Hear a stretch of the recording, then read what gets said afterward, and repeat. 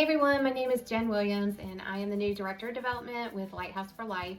If you're like me, learning about sex trafficking happening right here in our own backyards, it is quite startling. I know it's an uncomfortable topic to even talk about and it can cause a lot of fear, but we are here to bring community education so that we can have awareness and bring prevention so we can help you with your children and your teens and your young adults. So if you haven't had us out yet to speak to your group or your neighborhood or your church, please contact us. We would love to come out and get those materials in your hands. In fact, it seems like every event I go to, I hear story after story after story of either people who have been to our education program and they witnessed and learned some of the things that were happening, that maybe their child might have been being groomed and so they were able to intervene, as well as showing up and having survivors come and tell us, thank you for being here.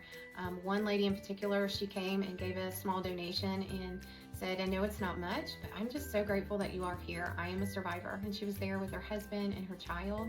So there is life that happens after this. And so we just want to thank you for joining hands with us, linking arms to fund this fight.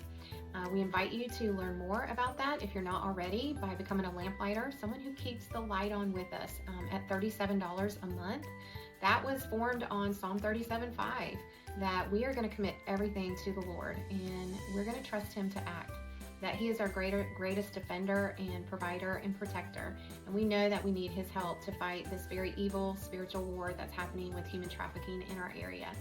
And we invite you too to come to our annual gala. If you have not been before, you do not want to miss it this year.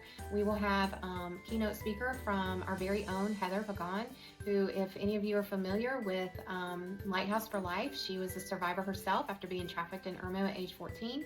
And we will have so much to celebrate, just the hope and the healing that has taken place, because hope really does have an address and it's right here in the Midlands. We just thank you for continued support at Lighthouse for Life, and we thank you for continuing to help us spread this word so that other people can stay safe.